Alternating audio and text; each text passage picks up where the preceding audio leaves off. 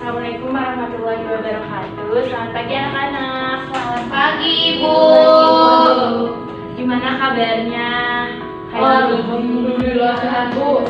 Oke, alhamdulillah ya. Udah siap belajar belum? Belum. Sebelum kita belajar, kita berdoa dulu ya. Kayaknya siapa ini? Aku. Boleh kepada kirain kita bentar aja. Sebelum kita mulai pelajaran, berdoa sesuai agama dan masih berdoa mulai. Amin, selesai. Oke, terima kasih ya Diren. Selanjutnya Ibu akan absen ya di sini. Di antara teman-teman kalian ada yang udah masuk nggak? Ada, Bu. Siapa? Ini dia. Kenapa nih dia teman Kucingnya meninggal. Wah, Si Uju. kita doain ya semoga kucingnya selamat. Amin. Oke.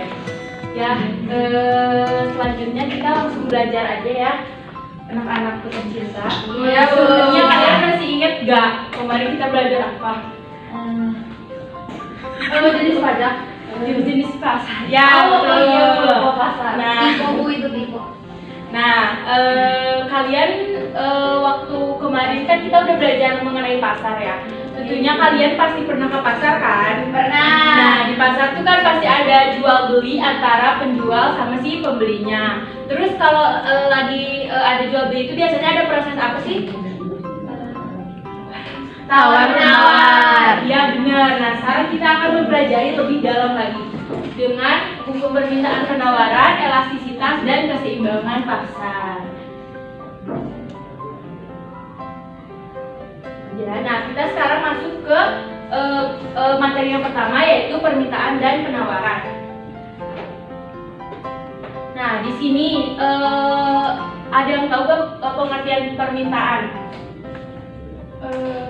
Apa? Oh ya, jadi permintaan itu terjadi antara banyaknya jumlah barang yang diminta oleh suatu pasar terhadap tingkat harga tertentu, bisa tingkat pendapatan dan dalam periode tertentu. Nah, faktor terjadinya permintaan itu sendiri biasanya terjadi karena harga barang, perubahan harga barang yang berkaitan, tingkat pendapatan dan daya beli masyarakat, populasi penduduk, selera konsumen, dan prediksi barang di masa depan. Jadi kalau misalnya permintaan itu kayak kita misalnya mau beli sesuatu nih, kalau misalnya harganya murah, tentu saja kan barang yang dimintanya pun akan lebih banyak, begitupun sebaliknya. Nah, selanjutnya kita akan belajar mengenai hukum permintaan. Nah, di sini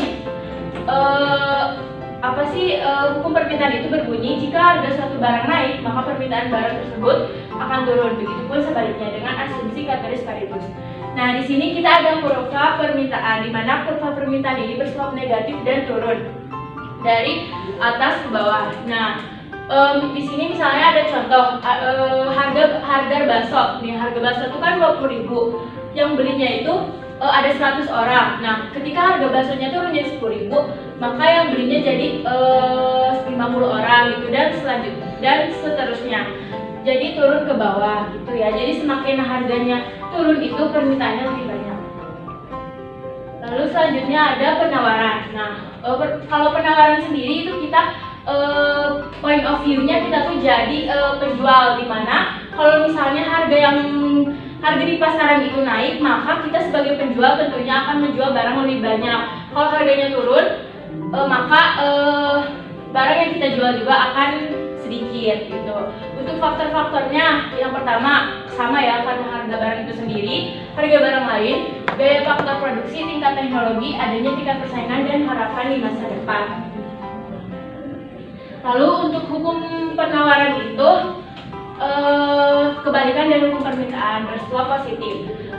Jadi bunyinya ketika harga suatu barang atau jasa meningkat, maka produksi akan memasok lebih banyak, begitupun sebaliknya. Lalu selanjutnya kita akan tadi yang permintaan dan penawaran udah ngerti belum? Sudah, Ibu. Ya, oke. Lalu sekarang yang elastisitas permintaan dan penawaran. Untuk pengertiannya sendiri dari elastisitas adalah tingkat kepekaan perubahan kuantitas suatu barang yang disebabkan oleh adanya perubahan faktor-faktor lain. Jadi ketika kan tadi ada hukum permintaan dan penawaran. Nah, terus ketika di pasar itu terjadi perubahan harga, kita tuh akan lebih peka terhadap perubahan tersebut atau disebut dengan elastisitas. Nah, terus di sini ada elastisitas permintaan. Elastisitas permintaan adalah rasio yang mengukur derajat kepekaan jumlah barang yang diminta sebagai akibat perubahan harga. Dan elastisitas penawaran adalah perubahan angka yang menunjukkan berapa persen perubahan jumlah barang dan jasa yang ditawarkan apabila harga barang berubah. Elastisitas penawaran mengukur kepekaan perubahan penawaran sebagai akibat dari perubahan harga. Lalu di sini ada faktor penyebab elastisitas dan permintaan dan penawarannya. Yang pertama, ketersediaan barang substitusi, lalu ada intensitas kebutuhan, ada jumlah penggunaan barang dan jasa, masa penyesuaian, pengeluaran atas barang dan jasa, dan pendapatan konsumen. Lalu di sini kita menghitung elastisitas. Jadi rumus dari elastisitas itu ini elastisitas demand, yaitu delta Q dibagi delta P dikali P per Q. Jadi kalau delta Q itu perubahan kuantitas dan delta P itu perubahan harga. Nah, ketika kita mencari elastisitas, udah ketemu nih elastisitasnya berapa, itu ada golongannya. Kalau elastisitasnya lebih dari 1 itu disebut elastis. Biasanya itu terjadi di barang-barang mewah. Terus ini elastisitas kurang dari 1 biasanya terjadi di barang-barang elektronik. Lalu ada elastisitas unitary atau sama dengan 1 itu biasanya terjadi di beras. Lalu inelastisitas sempurna sama dengan 0 itu biasanya terjadi di obat-obatan. Dan elastisitas sempurna itu biasanya ketika elastisitasnya itu tidak terhingga, itu biasanya terjadi di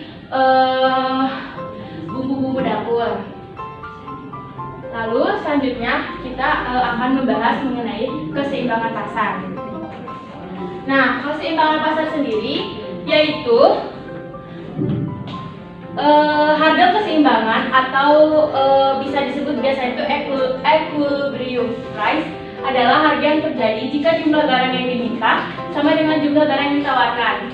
Nah, pada dasarnya harga keseimbangan pasar ini terbentuk ketika keseimbangan antara permintaan dan penawaran itu tercapai.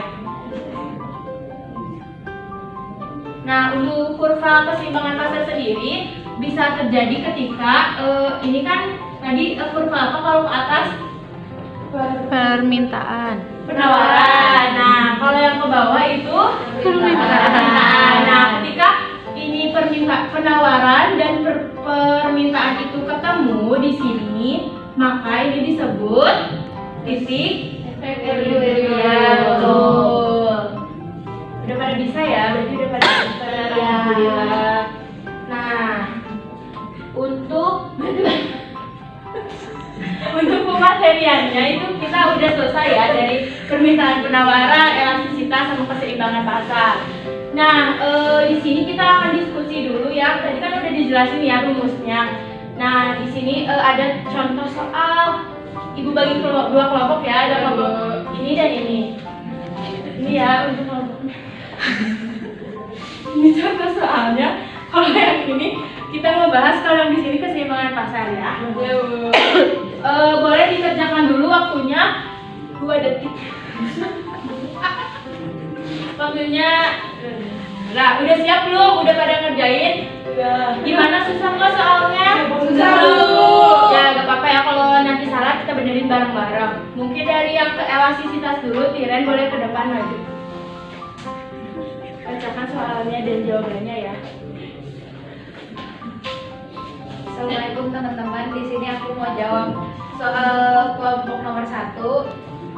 Harga buah apel di pasar turun dari 30.000 per kilo jadi 20.000 per kilo. Jumlah permintaan di pasar meningkat dari 200 kilo menjadi 300 kilo. Berapa tingkat elastisitas permintaannya?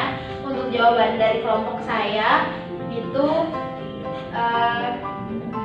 diketahuinya delta Q-nya 300 kilo dikurang 200. Nah, gimana kalau kata teman-teman tadi jawaban dari kelompok Tiren udah bener belum? Bener. Ya, jadi tadi itu kelompok Tiren ngebahas mengenai elastisitas ya.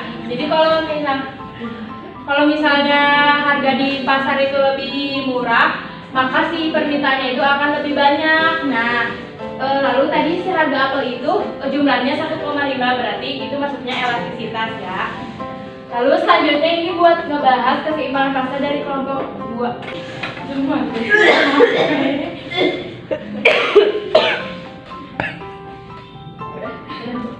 Baik, untuk dari kelompok 2, pertanyaannya bagaimana bisa terjadi keseimbangan pasar? Jawabannya karena adanya proses tawar-menawar dan jika sudah ada kesepakatan antara penjual dengan pembeli dipengaruhi oleh hukum permintaan dan penawaran.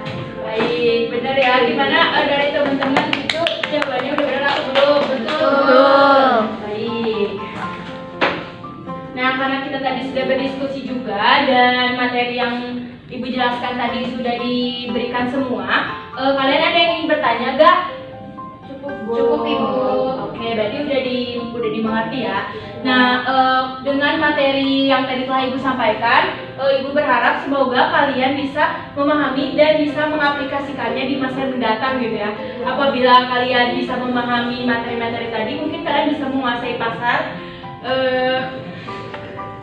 Maksudnya menguasai pasar itu kalian bisa lebih peka terhadap harga barang dan kalian bisa jadi penjual yang kaya raya gitu ya. Iya, benar. Nah, tadi juga Ibu lupa ya menjelaskan tujuan pembelajaran ini. Pokoknya kalian jadi diharapkan bisa mengerti pengertiannya permintaan penawaran, elastisitas dan keseimbangan pasar. Baik. Jadi kesimpulannya gimana? Ada yang bisa menyimpulkan? Ada yang bisa menyimpulkan dia tadi pembelajaran tadi itu kita gimana? Saya Bu, gimana? Jadi kalau permintaan itu kita harus melihat dari sisi pembeli, Bu. Kalau penawaran itu dari sisi penjual. Mungkin dari sisi gitu, Bu. Bener banget ya, Lulu pinter. Nah, ya bener ya. Jadi hukum permintaan dan penawaran, elastisitas dan keseimbangan pasar itu dipengaruhi oleh interaksi antara penjual dan pembeli. Gitu. Mungkin minggu depan kita akan membahas mengenai perhitungan permintaan dan penawaran, juga fungsi dan rumus-rumus lainnya. Untuk pertemuan minggu depan, Ibu udah ngasih PR, nanti dicek aja ya di Google Classroom. Mungkin untuk pembelajaran hari ini dicukupkan ya. Terima kasih semuanya. Wassalamualaikum warahmatullahi wabarakatuh.